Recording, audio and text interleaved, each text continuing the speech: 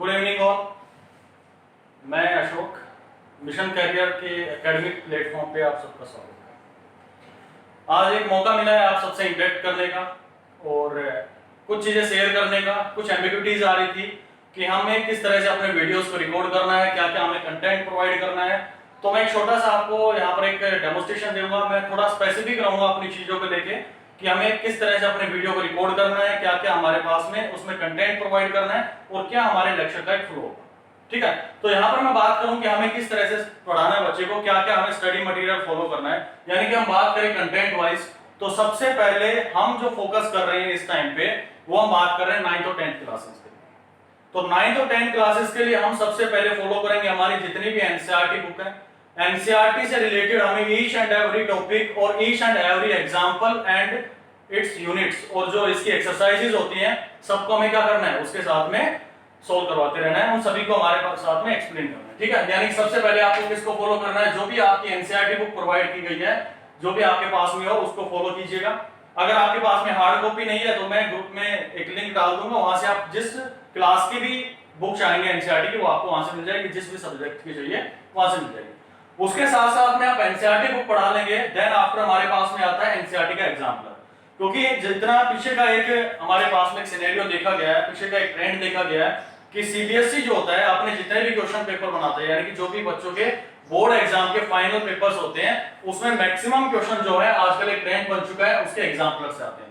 यानी कि आपने अपने जो भी स्टूडेंट्स हैं उनको एग्जाम्पलर सोल्व करवा दिया तो आप ये मानो कि वो बच्चे उस कैटेगरी में आ जाएंगे जो 90 प्लस के आसपास में होते हैं बच्चे, क्योंकि आजकल यही एनसीईआरटी और सीबीएसई जो है इसको फॉलो कर रहे हैं। ठीक है, ये सब हमारे पास में कंटेंट जब हो जाता है तो हम क्या करते हैं, थोड़ा सा स्विच ऑन करते हैं हमारे थोड़े कॉम्पिटिटिव लेवल के लिए। यानी कि बच्चे को थोड़ा सा हम बोर्ड लेवल पे पहुंच गए, बोर्ड लेवल से थोड़ा ऊपर उठाना है हमें, क्योंकि हमारा नाम जो है वो मिशन कैरियर है, यानी कि किसी का कैरियर बनाना है, यानी कि उसको कॉम्पिटिटिव लेवल पर लेके जाना पड़ेगा। ठीक है, कॉम्पिटिटिव लेवल पर लेके जाना पड़ेगा तो हम टाइम टू टाइम आपको क्या प्रोवाइड करते रहेंगे, मिशन कैरियर की जो सीट्स होती है। जैसे मैंने बायो के लिए सीट प्रोवाइड कर दी है, मैथ के लिए आपको सीट प्रोवाइड कर दी है, फर्स्ट चैप्टर की सभी की मैंने सीट प्रोवाइड कर दी है, मैथ की भी मैंने सीट प्रोवाइड की है, केमिस्ट्री एंड आल्सो बायो, तीनों सब्जेक्ट की मैं सीट प्रोवाइड कर चुका हूं। यानी कि आप उसके बाद में इन सीट्स पर जाएंगे। इन सीट्स पर जाने का फायदा क्या है, इन सीट्स पर जाने का फायदा यह है कि इनके अंदर में आप जब सीट को सोल्व करेंगे तो आप एक ट्रेंड देखेंगे कि कुछ कंसेप्ट इसके अंदर में 9th के हैं और कुछ कंसेप्ट इसके अंदर में 10th क्लासेस के डाले गए। ऐसा क्यों? क्योंकि हमारे जो मेनली एग्जाम्स होते हैं, दो हम एग्जाम के लिए यहाँ पे फाइट करवाएंगे बच्चे को। पहला एक एनटीएससी एग्जाम होगा और दूसरा हमारा आईजेएसओ एग्जाम होगा। जो आईजेएसओ एग्जाम होगा यानी इंटरनेशनल जूनियर साइंस ओलंपियाड, वो हम 9th क्लास के बच्चे को करवाते हैं, और जो हमारा 10th होता है वो एनटीएससी के लिए होता है, इसकी full form national talent search examination. तो उसके अंदर में हमारे क्या होते हैं, ये टॉपिक्स आते हैं, कुछ हमारे 9th के टॉपिक्स आएंगे, कुछ हमारे 10th के टॉपिक्स आएंगे। तो जो हमने सीट्स यहाँ पर प्रोवाइड करेंगे तो उस सीट के अंदर आप देखोगे कि दोनों की ही हमारे पास में टॉपिक्स मिलेंगे, 9th के भी मिलेंगे और 10th के भी मिलेंगे। यानी कि आपको उसके बाद में जब आप एनसीईआरटी बुक करवा लो, एग्जाम्पलर सोल्व करवा लो, अगर आपको लगता है कि आपके पास में टाइम है और आप बच्चे को थोड़ा और एक्स्ट्रा कंटेंट देना चाहते हैं, then go for the mission career seats, जो हम सीट्स आपको प्रोवाइड कर रहे हैं इस टाइम पे, उसके थ्रू जो पीडीएफ आपको मिल गए। ठीक है, उसके साथ साथ हमें क्या करना है, हमारे कुछ डेली प्रैक्टिस प्रॉब्लम्स होती हैं जो कि आपके साथ में शेयर कर दी जाएंगी ग्रुप के अंदर में, जिनको हम बेसिकली एक नाम बोलते हैं डीपीपी के नाम से जानते हैं। डीपीपी का फुल फॉर्म होता है डेली प्रैक्टिस पेपर्स होते हैं, उनको हम टाइम टू टाइम अपलोड करते रहेंगे, आप लोगों के पास में सेंड करते रहेंगे ताकि आप उसके अंदर से जो बेस्ट क्वेश्चंस हो उनको सर्च आउट कर दें। तो बेस्ट क्वेश्चन को आप सर्च आउट कैसे करेंगे, आपका सर्च आउट करने का इसके अंदर भी हमने क्या कर रखा है, एक थोड़ी सी सहूलियत कर रखी, थोड़ा सा आपको इजी वे दे रखा है कि पहले इसके अंदर में क्वेश्चन हमारे मिलेंगे लो लेवल के, यानी कि इजीली हम फॉर्मूला बेस्ड उनको सोल्व कर लें, फिर थोड़े से मिलेंगे हमारे पास में मीडियम लेवल के, और देन आफ्टर हमारे पास में मिलेंगे थोड़े हाई लेवल के, यानी कि हाई इंटेलेक्चुअल जो हमारे हाई थिंकिंग के क्वेश्चंस होते हैं वो हमारे मिलेंगे।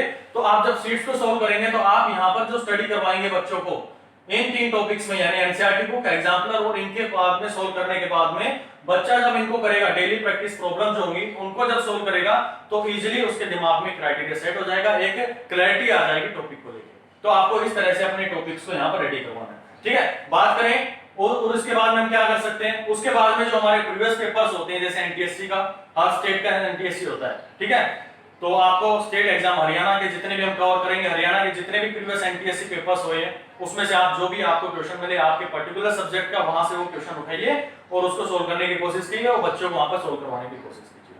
तो ये हमारा होगा कि हम किस तरह से कंटेंट प्रोवाइड करें। अब बात करें कि जब हम क्लास पढ़ा रहे हैं तो हमें किस तरह से अपने लेक्चर को फ्लो करना है, यानी कि क्या क्या बच्चों को हमें बताना है, कैसे कैसे बताना है। तो इसके अंदर में मैं एक लेक्चर फ्लो का मैंने यहाँ पर बता रखा है कि मान लो आपको कोई भी एक टॉपिक पढ़ाना है, कोई भी एक टॉपिक पढ़ाना है, तो आपको कोई भी एक टॉपिक पढ़ाने से पहले जो भी एक कंसेप्ट है उसकी डेफिनेशन के बारे में बता दो।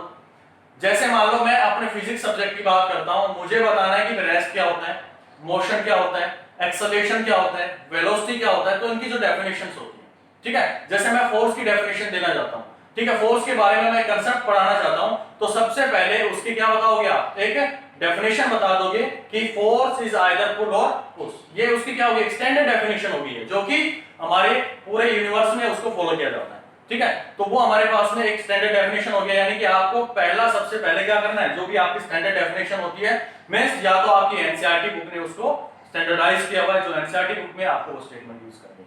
हमारी मिशन कैरियर की जो शीट्स होंगी उसके अंदर में भी हमारा उसी तरह की डेफिनेशन मिलेगी जो कि हमारी एनसीईआरटी बुक में होगी, क्योंकि हमने हमारी जो शीट्स हैं इसी की तर्ज पर बनाई हुई है। देन आफ्टर क्या करना है, जैसे आपने डेफिनेशन बता दी, मान लो मैं बायो की बात करूं तो बायो में सेल को डिफाइन करना है, तो सेल को की एक स्टैंडर्ड डेफिनेशन होती है कि क्या होती है, ये फंडामेंटल यूनिट होती है और स्ट्रक्चरल यूनिट होती है, बेसिक जो हमारी लाइफ की। तो आपको एक स्टैंडर्ड जो डेफिनेशन होगी वो यूज करना है। उसी तरह से मैं केमिस्ट्री की बात करूं तो केमिस्ट्री के अंदर में भी आप मैं रिडक्स रिएक्शन की बात कर दूं, अगर मैं मान लो डिस्प्लेसमेंट रिएक्शंस की बात करूं, जो भी रिएक्शंस है, चेरोल कार्बन्स की बात करूं, किसी भी एक टॉपिक की बात करूं, तो आपको सबसे पहले उसका बेसिक बताना है और बेसिक से घुमा के बच्चे को कहां पे लेके जाना है, उसकी डेफिनेशन के ऊपर, ठीक है। जैसे मैं फोर्स की बात कर रहा था, तो फोर्स के अंदर में मैं एक एग्जांपल दूंगा बच्चे को कि भाई ये मेरे पास में बॉडी है, मैंने क्या किया, इसके ऊपर में मैंने इसको क्या किया, यहां इस तरफ में खींच रहा हूं, तो मैं बेसिकली इसके ऊपर में क्या कर रहा हूं, एक फोर्स लगा रहा हूं, यानी मैंने क्या किया, पुल किया, और मैं ये मेरे पास में बॉडी है, इसको मैंने इधर धक्का दिया, यानी मैं क्या कर रहा हूं, उसके ऊपर में फोर्स लगा रहा हूं, यानी कि इसके ऊपर में कुछ भी इफेक्ट आएगा फोर्स के कारण, कैसे, बाय आइदर पुल और पुश। तो आप उसको क्या करोगे, बच्चे की रियल लाइफ से कनेक्ट करने की कोशिश करो, ठीक है। तो आपका दूसरा तरीका ये होना चाहिए कि आप डेफिनेशन बताओ और बच्चे को ऐसे घुमा के लेके आओ उस पॉइंट पर कि वो उसकी एक इमेज तैयार कर ले कि प्रैक्टिकल लाइफ में उसके पास में कैसे इन सबका यूज होता है, ठीक है। आप जैसे उसकी डेफिनेशन बता देंगे, देन आफ्टर आप कहां जाना है, आपको उसके फॉर्मूला पर या उसके लॉ पर। जैसे कोई भी फॉर्मूला, मान लो मैं बायो के बारे में बात करूं तो बायो में हमारे पास में बहुत कम फॉर्मूलाज होते हैं।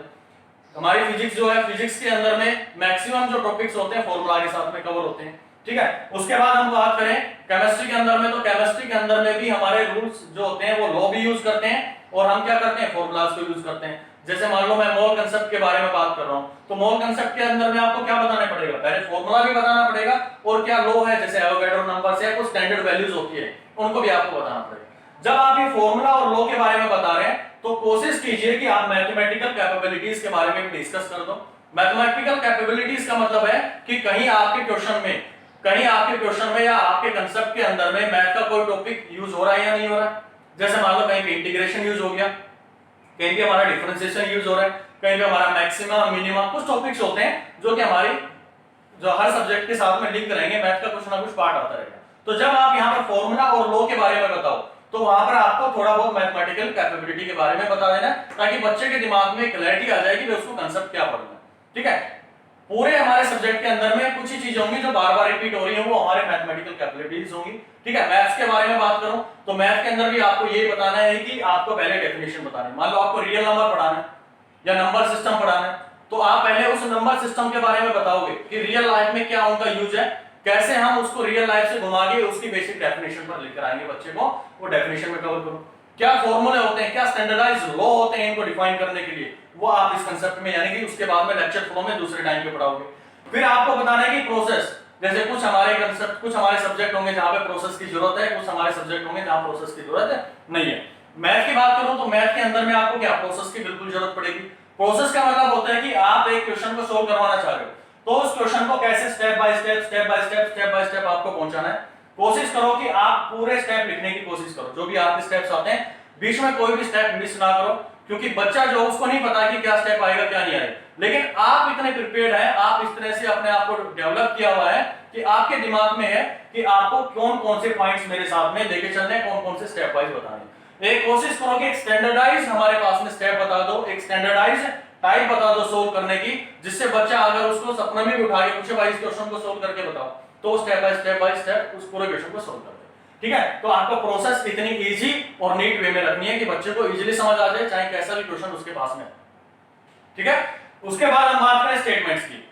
अभी इसके अंदर प्रोसेस के अंदर में जैसे केमिस्ट्री की बात करें तो केमिस्ट्री में हमारे बहुत सारे यूज हो जाते हैं इनके। ठीक है, आपको कोई रिडॉक्स रिएक्शन करनी है, रिएक्शंस करनी है, बैलेंस करनी है रिएक्शंस को, तो क्या प्रोसेस है उनकी बैलेंस करने की, तो स्टेप बाय स्टेप बता दो कि भाई मेरे को क्या क्या स्टेप है, इसे ऐसे में इसको हमारे पास में इसको बैलेंस करेंगे। रिडॉक्स रिएक्शन आप करना चाह रहे हैं, ठीक है, किसी और मोल कांसेप्ट के बारे में बताना चाह रहे हैं, तो मोल कांसेप्ट बताना चाह रहे हैं तो कैसे भाई मोल होते हैं, क्या मोल होते हैं, फिर स्टेप बाय स्टेप कैसे उनकी एक एक कैलकुलेशन करते हैं। आप यहाँ पे अगर यूज करना चाहें तो ऐसे कर सकते हैं कि स्टेप 1 हम ये लिखेंगे, स्टेप 2 हम ये लिखेंगे, स्टेप 3 हम ये लिखेंगे, तो इस तरह से फ्लो बनेगा तो बच्चे के दिमाग में क्लियर है ना, इमेज बन जाएगी, वो उसी स्टेप का यूज करते करते अपने क्वेश्चन को इजीली सॉल्व कर लेगा। और यहीं से बच्चे के अंदर में डिफरेंस आना शुरू हो जाएगा, क्योंकि हमें खिचड़ी नहीं पकानी है कंसेप्ट की, हमें खिचड़ी नहीं पकानी है कंसेप्ट की, हमें क्रिस्टल एंड क्लियर दिखाना है बच्चे को कि भाई ये टॉपिक ऐसे है, इतना आपके पास में स्टेप बाय स्टेप चलोगे तो इजीली सोल्व कर लोगे। ठीक है, जब आप प्रोसेस कर लोगे then after go to statement. Statement का मतलब होता है कुछ यूनिवर्सल चीजें कि भाई आप यहां पर इनका जितना भी हमने डेफिनेशन, फॉर्मूला और प्रोसेस से कुछ निकाला है, तो कुछ हमारी चीजें ऐसी होती हैं जो बार बार वही चीजें यूज होंगी, तो आप उनको स्टेटमेंट दे दो, जिनको हम क्या बोल देंगे कि ये हमारे पास में यूनिवर्सल स्टेटमेंट है और ये हम बार बार इन चीजों को यूज करेंगे। जैसे मैं बात करूं बायो की, तो बायो के अंदर में मैं स्टेटमेंट क्या दूंगा, जैसे मान लो ब्लड ग्रुप्स की बात करता हूं, तो ब्लड ग्रुप में ये कह दूंगा कि भाई जो ओ ग्रुप होता है वो यूनिवर्सल डोनर होता है, ठीक है, और मेरे पास में ए बी जो होता है वो क्या होता है, यूनिवर्सल एक्सेप्टर होता है। तो आपने क्या बताते हैं कि यूनिवर्सल स्टैंडर्डाइज कर दिया, यानी कि एक स्टेटमेंट दे दी, बच्चे को दिमाग में बैठेगा कि हाँ भाई ये यूनिवर्सल ही हो गया कि ओ हमेशा क्या करेगा, डोनेट करेगा, और ए बी क्या है वो हमेशा एक्सेप्ट करेगा। तो इस तरह की आपको स्टेटमेंट करनी है कोशिश कि आप यहाँ पर स्टेटमेंट बता दो। ऐसे फिजिक्स की बात करूं, फिजिक्स का जैसे मैं देख रहा हूं, तो उसी तरह से मैं कोई भी स्टेटमेंट होगा मैं उसके नीचे लिखवा दूंगा कि भाई आपने ये कंक्लूजन निकाला कि भाई हमेशा फोर्स में पुश करेंगे तो इस तरफ जाएगी और पुल करेंगे तो इसी तरफ आएगी। ठीक है, तो ऐसे कंसेप्ट में आप कोशिश करो कि आप स्टेटमेंट देने की कोशिश करो। जब आपकी ये सारी चीजें खत्म हो जाती है, जब आपका कंसेप्ट इस तरह से क्लियर कर देते हो बच्चे को, then go to the examples. Examples पर जाइएगा और एग्जाम्पल्स आपको ऐसे उठाने हैं कि बच्चे को आपको पहले लो लेवल से क्वेश्चन करवाना है, यानी कि बहुत इजी क्वेश्चन करवाओ, जिससे क्या करे, जो उसके पास में फॉर्मूला या लॉ बना है जो आपने उसको पहले पढ़ाया था, उस फॉर्मूला या लॉ से वो क्या कर ले, इजीली उसको सोल्व कर ले। देन आफ्टर क्या करोगे, आप थोड़े से मीडियम लेवल पर जाओगे। मीडियम लेवल का मतलब है कि आपको फॉर्मूला तो यूज करना है, फॉर्मूला तो आपको यूज करना है, लेकिन किसी दूसरे कंसेप्ट से भी उसको लिंक करने की कोशिश करो। जैसे मैं फिजिक्स की बात करूं कि मैंने force equal to mass into acceleration का कोई क्वेश्चन करवाना है, ठीक है, मैं पहले क्वेश्चन में क्या दूंगा, मैंने बॉडी का मास दे दिया कि मास मेरे पास में 1 kg है और एक्सेलरेशन बॉडी का 1 मीटर पर सेकंड स्क्वायर है, तो यहां पर सीधा बता देगा 1 न्यूटन फोर्स लगी हुई है। मैंने यहां पर बच्चे को पका दे दिया कि भाई मैं फॉर्मूला जो मैंने बताया था उस फॉर्मूला में आपकी सब चीजें आ गई, मास आ गया, एक्सेलरेशन आ गया, मैंने सीधी वैल्यूज दे दी। अब दूसरे क्वेश्चन में मैं क्या करूंगा, जब मैं मीडियम लेवल पर बच्चे को लेके जाऊंगा तो हमें पता है कि फोर्स का फॉर्मूला होता है मास इनटू एक्सेलरेशन। मैं बच्चे को यहां पर एक्सेलरेशन नहीं दूंगा, मैं उसको एक चीज प्रोवाइड कर दूंगा कि भाई इनिशियल वेलोसिटी जो है वो उसके पास में 0 है, फाइनल वेलोसिटी उसके पास में 5 है, और टाइम जो लगा है उसको 5 सेकंड लगा है, 5 सेकंड लगा। तो यहां पर क्या करेगा, बच्चे को थोड़ा सा क्या होगा, पीछे लिंक करना पड़ेगा। पीछे लिंक का मतलब उसको स्टैंडर्ड डेफिनेशन ऑफ एक्सेलरेशन पर जाना पड़ेगा। स्टैंडर्ड डेफिनेशन क्या होती है एक्सेलरेशन की, कि v minus u divided by t। तो यहां से क्या निकालेगा, v minus 5 minus 0 divided by कितना लिखेगा 5, ये आ गया उसके पास में 1 मीटर पर सेकंड स्क्वायर। जैसे ये आ गया, अब क्या करेगा, उसके पास में एक्सेलरेशन की वैल्यू आ गई, एक्सेलरेशन की वैल्यू आ गई, तो यहां पर वो वैल्यू को पुट करेगा और सीधा फिर 500 निकाल देगा। यानी कि मैं जब मीडियम लेवल पर क्वेश्चन लेके जा रहा हूं बच्चे के लिए, तो मीडियम लेवल पे उसको कोशिश करो कि पीछे के किसी कंसेप्ट से या कोई स्टैंडर्ड जो डेफिनेशन या फॉर्मूला आपने बताया उससे लिंक करने की उसको कोशिश करो। ठीक है, देन आफ्टर हम कहां पर जाएंगे, जो हमारे हाई होंगे, यानी कि लो से हम मीडियम और मीडियम से टॉप लेवल या फिर हाई लेवल के क्वेश्चंस होंगे उनके ऊपर जाने की कोशिश करेंगे। मींस ना तो हमें मास गिवन होगा, ना हमें एक्सेलरेशन दे रखा होगा, लेकिन हम किसी अदर क्वांटिटी से उसको फाइंड करने की कोशिश करेंगे, कुछ ऐसा गिवन डेटा हमको देना है। ठीक है, मतलब कहने का मतलब ये है कि जब आप हाई लेवल के क्वेश्चन करवाओ तो बच्चे को लो लेवल और मीडियम लेवल पे प्रिपेयर करने की कोशिश करो, ताकि जब वो हायर लेवल पे जाए, और इनमें आप कोशिश करो कि पीछे के जितने भी हमारे सब टॉपिक्स हैं उनसे लिंक करने की कोशिश करो, स्टैंडर्ड डेफिनेशंस पे जाने की कोशिश करो, तो बच्चे को इजीली हमारा कंसेप्ट क्लियर हो जाएगा। और यही एक डिफरेंस होता है एक अच्छे से इंस्टीट्यूट में, ठीक है। जो हमारे आसपास में जो इंस्टीट्यूट है और हमारे जो इंस्टीट्यूट के अंदर में है, जो डिफरेंस होना है वो यही होना है कि हमें बच्चे को लो लेवल से टॉप लेवल पे लेके जाना है। और वो सब कैसे पॉसिबल होगा? आप सबकी मेहनत और हमारी कंटेंट और हमारे लेक्चर फोर्स। क्योंकि बच्चा एक मासूम होता है, उसको एक टीचर ही दिखता है जो कि उसको जो पढ़ाएगा उसको बाय डिफॉल्ट बाय हार्ट उसको याद कर लेता है। तो हमें बच्चों के साथ में 1% भी हमें ये नहीं करना है कि अपने कंटेंट या क्वालिटी को खराब कर दो। हमें बेस्ट कंटेंट, बेस्ट क्वालिटी और बेस्ट रिप्रेजेंटेशन के साथ में हमें क्या करना है? अपने लेक्चर को प्रोवाइड करना है और रिकॉर्ड करना है, ठीक है। तो ये एक मैं अपने थोड़ा सा मैंने आपको यहाँ पर बताया कि किस तरह से हमारे लेक्चर को फॉलो चाहिए और किस तरह से हमारे कंटेंट को हमें रिप्रेजेंट करना है। होप सो आप अपने तरफ से बहुत बेस्ट कर रहे हैं और थोड़ा बहुत आप इसका यूज कर सकते हैं जो मैंने बताई है। कोशिश करेंगे तो हमारे जो वीडियोस बनेंगे, जो हमारे लेक्चर्स बनेंगे, वो बहुत अच्छे तरीके से बन जाएंगे। दूसरा बात करें कि हम वीडियोस को कैसे हमारे पास में रिकॉर्ड करें, तो कोशिश करो कि आप एक थोड़ा सा बड़ा सा बोर्ड ले लो, ठीक है। आपका कैमरा है, जो फोन में कैमरा होता है, आजकल काफी कैमरा जो होते हैं काफी अच्छे आ रखे हैं, काफी मेगापिक्सल्स होते हैं। आपको डीएसएलआर या कोई ज्यादा लगाने की जरूरत नहीं होती है। आपको सिर्फ एक रिक्वायरमेंट होती है कि आपका जो कैमरा है वो एक जगह पे स्टेबल हो जाए, यानी कि आपकी आई टू आई कांटेक्ट होना चाहिए। जहां पर आपका आई लेवल है उसी लेवल पे आपका कैमरा होना चाहिए, जिससे आप डायरेक्टली कांटेक्ट करना चाहें तो आपको ये ना लगे कि मैं ज्यादा नीचे देख रहा हूं या ज्यादा ऊपर देख रहा हूं। आपके जहां पर आई कांटेक्ट है, आपके आई कांटेक्ट के लेवल पे आपका कैमरा होना चाहिए, ठीक है। और उस कैमरे को ऐसे सेट करो, अपनी जो बोर्ड है उससे दूर इतना सेट करो कि आप क्या करो, आपका बोर्ड उसके अंदर में कवर हो जाए। और कोशिश ये करो कि बोर्ड के हमारे जो दोनों बॉर्डर हैं वो उसके अंदर में कवर हो जाए। हम कोशिश करते हैं कि बाहर के हमारे बॉर्डर ना आए, यानी कि दीवार वाले बॉर्डर ना आए, तो बहुत अच्छा रिप्रेजेंटेशन उसकी तरफ से जाता है, ठीक है। तो बच्चे का ध्यान ज्यादा नहीं भटकता, उसका दिमाग कहाँ रहता है, केवल हमारे जो बोर्ड होता है उसके ऊपर में होता है उसका, ठीक है। दूसरा मैं एक चीज और बताना चाह रहा था कि वॉइस क्वालिटी इसके बारे में, वॉइस की वो थोड़ा बहुत इश्यू आ रहा है। तो वॉइस के लिए जैसे अभी लॉकडाउन वगैरह चल रहा है, तो लॉकडाउन के बाद में हम कोशिश करेंगे कि हमारी जो फैकल्टीज हैं उनके पास में एक ब्लूटूथ माइक पहुंच जाए, या फिर वो कहीं से आसपास में कहीं मिलता है तो उससे परचेज कर लें, या तो वायर्ड परचेज कर लें जिससे अपन मोबाइल में कनेक्ट कीजिए और आप इजीली उससे रिकॉर्ड कर लोगे। दूसरा आप क्या कर सकते हैं, ब्लूटूथ माइक होते हैं वो भी बहुत अच्छे होते हैं, उनका आप यूज कर लो, ठीक है। तीसरा हम क्या करेंगे, तीसरा आपको ये देखना है कि हम किस ऐप से डाउनलोड हमारे लेक्चर्स को बनाएं। तो वैसे तो मार्केट के अंदर में जो हमारे एंड्रॉइड ऐप है उसके अंदर में बहुत सारे, आपके फोन का कैमरा भी अच्छा है, ठीक है, वहां से भी आप बना सकते हो। लेकिन उसके अलावा एक ओपन कैमरा करके ऐप है, वहां से भी आप अपने लेक्चर्स को बहुत अच्छे से बनाते हो, ठीक है। ये हमारे एंड्रॉइड जो प्ले स्टोर होता है उसके ऊपर में इजीली आपको अवेलेबल हो जाएगी, तो आप उससे ओपन कैमरा को डाउनलोड कर लीजिए, वहां से अपने लेक्चर बनाने की कोशिश कीजिए, ठीक है। उसमें बेनिफिट ये होता है कि आप जैसा रिजोल्यूशन चाहिए वो रिजोल्यूशन आपको मिल जाता है। एचडी में चाहिए तो एचडी में मिल जाता है, 720 पिक्सल में चाहिए तो वो भी मिल जाता है, 480 पिक्सल में चाहिए तो वो भी आपको मिल जाता है। ये तो आपकी वीडियो बन गई। वीडियो बनने के बाद में करें क्या, वीडियो बनने के बाद में हमारे जो प्ले स्टोर है वहां पर एक ऐप होती है वीडियो कंप्रेसर के नाम से, जो कि आइडिया स्टूडियो करके उसके नीचे लिखा होगा, उसका ऑथर होता है, ग्रीन कलर का एक सिंबल बना होगा, उसको आप डाउनलोड कर लीजिए और अपने वीडियो को जैसे आप जब बनाएंगे ओपन कैमरा से तो आपकी वीडियो लगभग 2 या 3 GB के आसपास में बनेगी। वहां पर आप उसको ओपन कैमरा को जो आपकी बनी है वीडियो बनी है उसको वहां पर आप स्टोर करेंगे और उसके कंप्रेस कर लेंगे, जैसा भी आपको लेवल चाहिए, 720, 360, 480 जिसमें भी चाहिए आप वहां से उसको कंप्रेस कर सकते हैं। और ग्रुप में हमने एक शेयर किया हुआ है, लिंक शेयर किया हुआ है, यूट्यूब का लिंक शेयर किया हुआ है और उसका पासवर्ड भी है, तो सभी को हमने एक्सेस दे दिया है उसका। तो उससे क्या करेंगे, जो भी आपके वीडियो कंप्रेस हो चुके हैं आप उसके अंदर में अपलोड कर दीजिए। उससे फायदा ये होगा कि जो हमारे जो टेक्निकल टीम है, उन टेक्निकल टीम क्या करेगी, उनमें जो भी हमारे पास में कंप्रेस की जो भी हमारे एडिट की रिक्वायरमेंट्स होंगी, या फिर कुछ उसके अंदर में थंबनेल्स बनाने होंगे, या इनिशियली कुछ हमें देना पड़ेगा, या लास्ट में हमें कुछ ऐड करना पड़ेगा, तो वो सारे वहां पे मैनेज हो जाएंगे। ताकि अभी लॉकडाउन में पहुंच नहीं सकते हमारे सेंटर्स पे, तो हमारे जितने भी टेक्नोलॉजी है उसका पूरा यूज करना है, तो आप ये ऐप डाउनलोड कर लीजिए प्ले स्टोर से और जो भी हमारे वीडियोस हैं आप अपलोड कर दीजिए। आपको एक जो लॉगिन आईडी का कंट्रोल है वो सभी के पास में प्रोवाइड करवा दिया गया है और कोशिश कीजिए आप अपनी तरफ से बेस्ट कर पाए। Thank you so much.